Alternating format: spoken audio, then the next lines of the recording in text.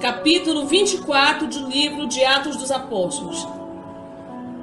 5 dias depois, o sumo sacerdote Ananias desceu com os anciãos e um certo Tértulo, orador, os quais compareceram perante o governador contra Paulo, e sendo chamado, Tértulo começou a acusá-lo, dizendo: visto como por ti temos tanta paz, e por tua prudência se fazem a esse povo muitos e louváveis serviços, sempre e em todo lugar, ó potentíssimo Félix, com todo o agradecimento o queremos reconhecer.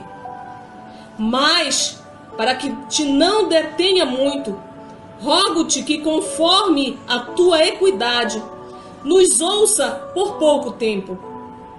Temos achado que este homem é uma peste e promotor de sedições em todos os judeus por todo o mundo, e o principal defensor da seita dos nazarenos, o qual intentou também profanar o templo, e por isso o prendemos, e conforme a nossa lei o quisemos julgar. Mas sobrevindo o tribuno Lísias, não tirou dentre as mãos com grande violência, mandando aos seus acusadores que viessem a ti, e dele tu mesmo, examinando, poderás entender tudo de que o acusamos. E também os judeus o acusavam, dizendo serem estas coisas assim. Paulo, porém, fazendo-lhe o governador sinal que falasse, respondeu: porque sei que já vai para muitos anos que desta nação és juiz, com tanto melhor ânimo respondo por mim. Pois bem podeis saber que não há mais de 12 dias que subi a Jerusalém a adorar, e não me achando no templo, falando com alguém, nem amotinando o povo nas sinagogas, nem na cidade. Nem tampouco podem provar as coisas de que agora me acusam. Mas confesso-te que, conforme aquele caminho a que chamam seita, assim sirvo ao Deus de nossos pais, crendo tudo quanto está descrito na lei e nos profetas, tendo esperança em Deus, como estes mesmos também esperam, de que há de haver ressurreição de mortos, tanto dos justos como dos injustos. E por isso procuro sempre ter uma consciência sem ofensa, tanto para com Deus como para com os homens. Ora, muitos anos depois, vim trazer à minha nação esmolas e ofertas. Nisto me acharam já santificado no templo, não em ajuntamentos nem com alvoroços, uns certos judeus da Ásia, os quais convinha que estivessem presentes perante ti e me acusassem, se alguma coisa contra mim tivessem. Ou digam estes mesmos se acharam em mim alguma iniquidade quando compareci perante o conselho, a não ser essas palavras que, estando entre eles, clamei: hoje sou julgado por vós acerca da ressurreição dos mortos. Então Félix, havendo ouvido essas coisas, lhes pôs dilação, dizendo: havendo informado melhor deste caminho, quando o tribuno Lísias tiver descido, então tomarei inteiro conhecimento dos vossos negócios. E mandou ao centurião que o guardassem em prisão, tratando-o com brandura, e que a ninguém dos seus proibisse servi-lo ou vir ter com ele. Alguns dias depois, vindo Félix com sua mulher Drúzila, que era judia, mandou chamar a Paulo e ouviu acerca da fé em Cristo. E tratando ele da justiça e da temperança e do juízo vindouro, Félix, espavorido, respondeu: por agora vai-te, e tendo oportunidade te chamarei. Esperando ao mesmo tempo que Paulo lhe desse dinheiro para que o soltasse, pelo que também muitas vezes o mandava chamar e falava com ele. Mas passados 2 anos, Félix teve por sucessor a Pórcio Festo, E querendo Félix comprazer aos judeus, deixou a Paulo preso. Capítulo 25 do livro de Atos dos Apóstolos. Capítulo 25 do livro de Atos dos Apóstolos.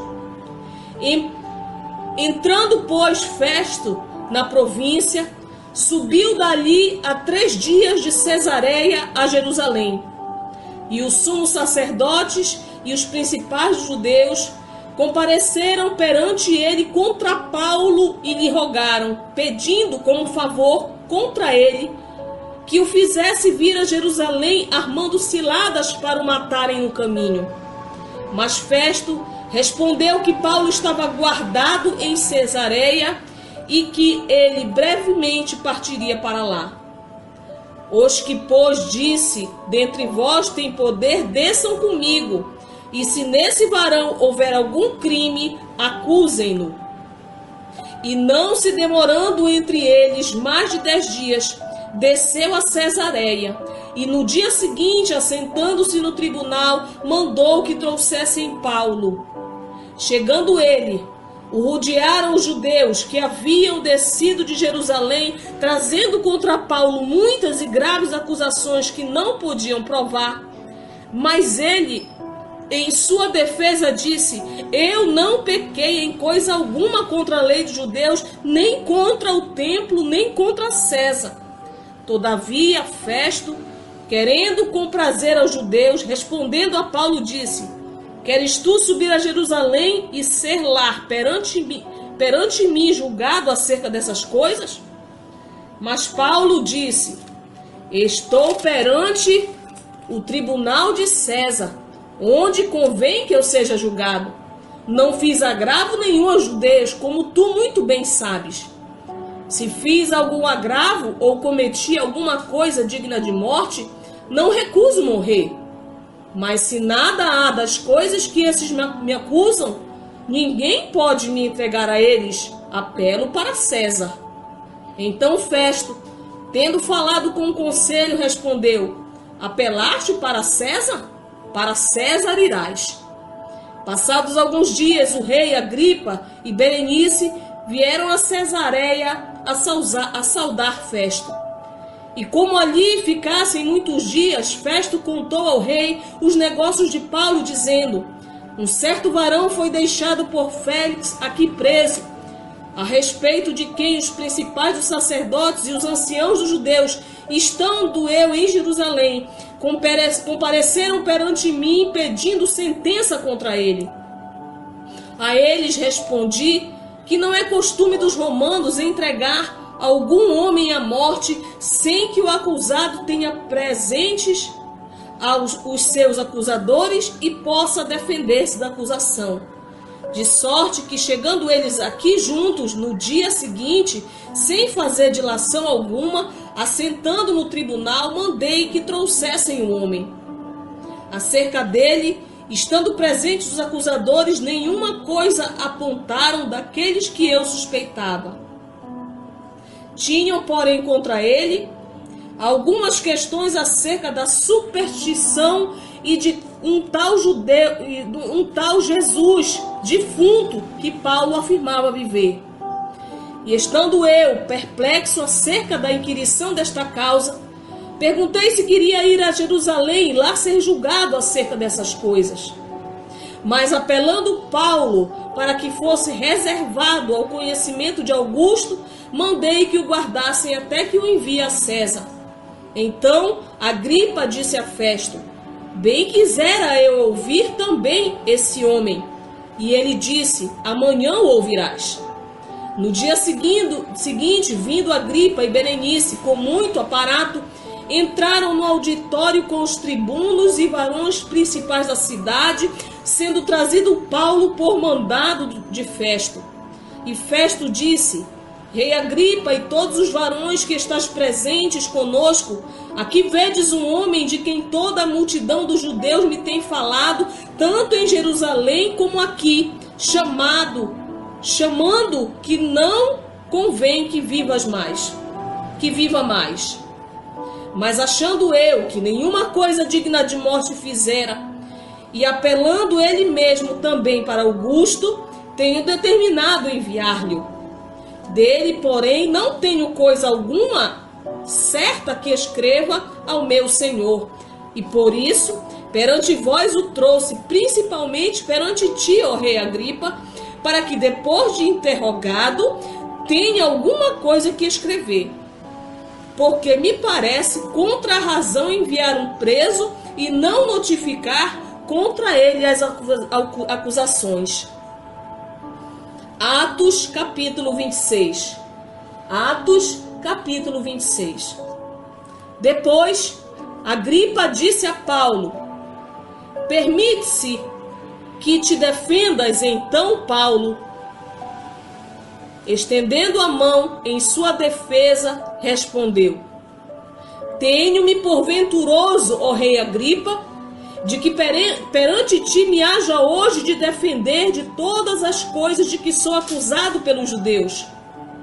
Mormente sabendo eu que tens conhecimento de todos os costumes e questões que há entre os judeus, pelo que te rogo que me ouças com paciência. A minha vida, pois, desde a mocidade, qual haja sido desde o princípio em Jerusalém, entre os da minha nação, todos os judeus a sabem. Sabendo de mim desde o princípio, se o quiserem testificar, que conforme a mais severa seita da nossa religião, vivi fariseu. E agora, pela esperança da promessa que por Deus foi feita a nossos pais, estou aqui e sou julgado, a qual as nossas 12 tribos esperam chegar, servindo a Deus continuamente, noite e dia. Por essa esperança, ó rei Agripa, eu sou acusado pelos judeus. Pois que julga-se coisa incrível entre vós que Deus ressuscitasse mortos? Bem tinha eu imaginado que contra o nome de Jesus o Nazareno devia eu praticar muitos atos, o que também fiz em Jerusalém. E havendo recebido o poder dos principais dos sacerdotes, encerrei muito dos santos nas prisões, e quando os matavam, eu dava o meu voto contra eles. E castigando-os muitas vezes por todas as sinagogas, os obriguei a blasfemar. E enfurecido demasiadamente contra eles, até nas cidades estranhas os persegui. Sobre o que, indo então a Damasco com poder e comissão dos principais dos sacerdotes, ao meio-dia, ó rei, vi no caminho uma luz do céu que excedia o esplendor do sol, cuja claridade me envolveu a mim e aos que iam comigo. E caindo nós todos por terra, ouvi uma voz que me falava e em língua hebraica dizia: Saulo, Saulo, em língua hebraica, por que me persegues? Dura coisa te é recalcitrar contra os aguilhões. E disse eu: quem és, Senhor? E ele respondeu: eu sou Jesus a quem tu persegues. Mas levanta-te e põe-te sobre os teus pés, porque te apareci por isso, para te pôr por ministro e testemunha, tanto das coisas que tens visto, como daquelas pelas quais te aparecerei ainda, livrando-te deste povo e dos gentios a quem agora te envio, para lhe abrires os olhos e das trevas os converteres à luz, e do poder de Satanás a Deus, a fim de que recebam a remissão dos pecados e sorte entre os santificados pela fé em mim. Pelo que, ó rei Agripa, não fui desobediente à visão celestial.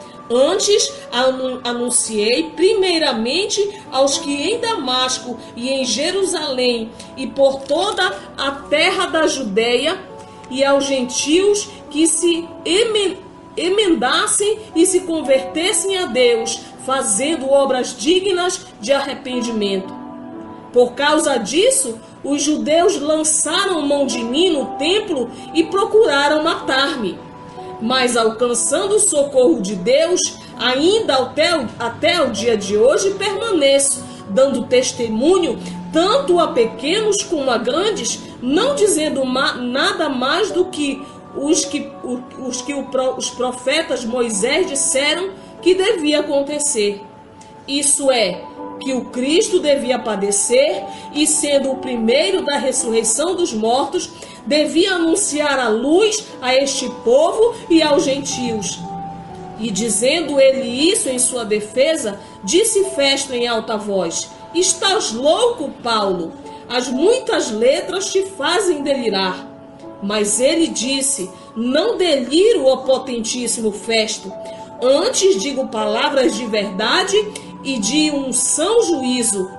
Porque o rei disse: De quem falo com ousadia, sabe essas coisas, pois não creio que nada disto lhe é oculto, porque isso não se fez em qualquer canto. Crês tu nos profetas, ó rei Agripa? Bem sei que crês. E disse Agripa a Paulo: Por pouco me queres persuadir a que me faça cristão?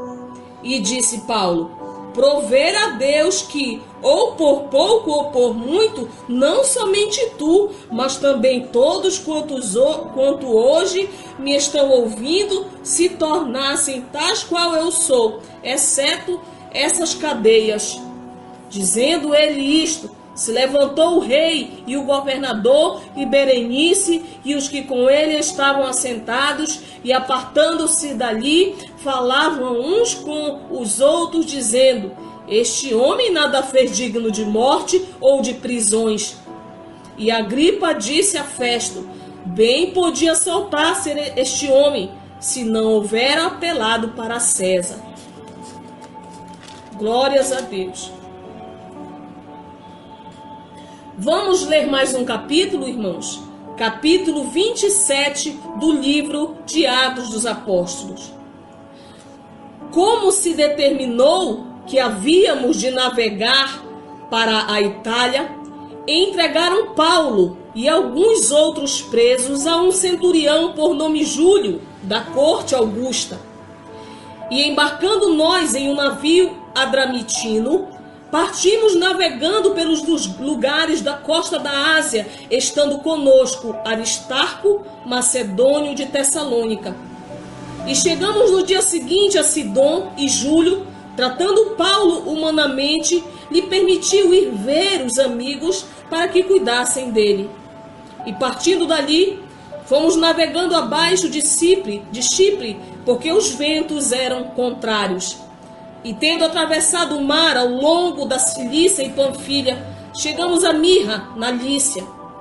Achando ali o centurião, um navio de Alexandria, que navegava para a Itália, nos fez embarcar nele. E como por muitos dias navegássemos vagarosamente, havendo chegado apenas de fronte de Cnido, não nos permitindo o vento ir mais adiante, navegamos abaixo de Creta, junto de Salmona, e costeando-a dificilmente, chegamos a um lugar chamado Bons Portos, perto do qual estava a cidade de Lazéia. Passado muito tempo, e sendo já perigosa a navegação, pois também o jejum já tinha passado, Paulo os admoestava, dizendo-lhes: Varões, vejo que a navegação há de ser incômoda e com muito dano, não só para o navio e a carga, mas também para a nossa vida. Mas o centurião cria mais no piloto e no mestre do que nos dizia Paulo.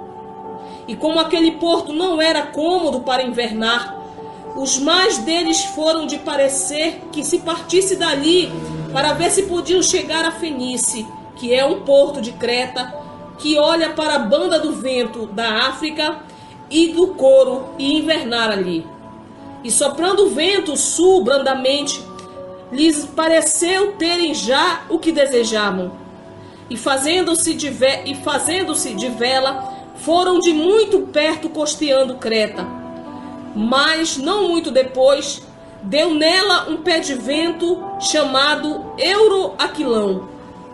E sendo o navio arrebatado e não podendo navegar contra o vento, dando de mão a tudo, nos deixamos ir à toa. E correndo abaixo de uma pequena ilha chamada Cauda, apenas pudemos ganhar o batel.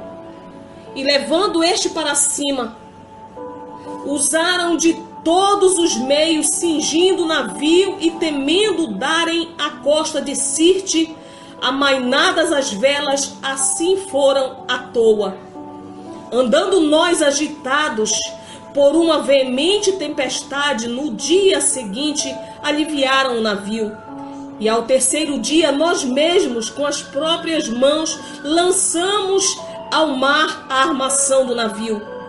E não aparecendo, havia já muitos dias nem sol nem estrelas, e caindo sobre nós uma não pequena tempestade, fugiu-nos toda a esperança de nos salvar. Havendo já muito que se não comia, então Paulo, pondo-se em pé no meio deles, disse: fora, na verdade razoável, ó varões, ter-me ouvido a mim e não partir de Creta. E assim evitariam esse incômodo e essa perdição.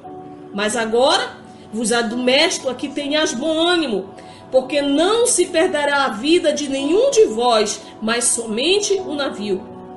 Porque essa mesma noite o anjo de Deus, de quem eu sou e a quem sirvo, esteve comigo. Portanto, ó varões, tende bom ânimo, porque creio em Deus que há de acontecer assim, como a mim me foi dito. É, contudo, necessário irmos dar numa ilha. Quando chegou a 14ª noite, sendo impelidos a outra banda no mar Adriático, lá pela meia-noite, suspeitaram os marinheiros que estavam próximos de alguma terra. E lançando o prumo, acharam 20 braças. Passando um pouco mais adiante, tornando a lançar o prumo, acharam 15 braças. E temendo ir darem alguns rochedos, lançaram da polpa 4 âncoras, desejando que viesse o dia. Procurando, porém, os marinheiros fugir do navio e tendo já deitado o batel ao mar, como que querendo lançar as âncoras pela proa, disse Paulo ao centurião e aos soldados: se estes não ficarem no navio, não podereis salvar-vos. Então os soldados cortaram os cabos do batel e o deixaram cair. E enquanto o dia vinha, Paulo exortava a todos a que comessem alguma coisa, dizendo: é já noite, o 14º dia que esperais, e permaneceis sem comer, não havendo provado nada. Portanto, exorto-vos a que comais alguma coisa, pois é para a vossa saúde, porque nem um cabelo cairá da cabeça de qualquer um de vós. E havendo dito isso, tomando o pão, deu graças a Deus na presença de todos e o partiu, começou a comer. E tendo já todos bom ânimo, puseram-se também a comer. E éramos ao todo no navio 276 almas. Refeitos com a comida, aliviaram o navio, lançando o trigo ao mar.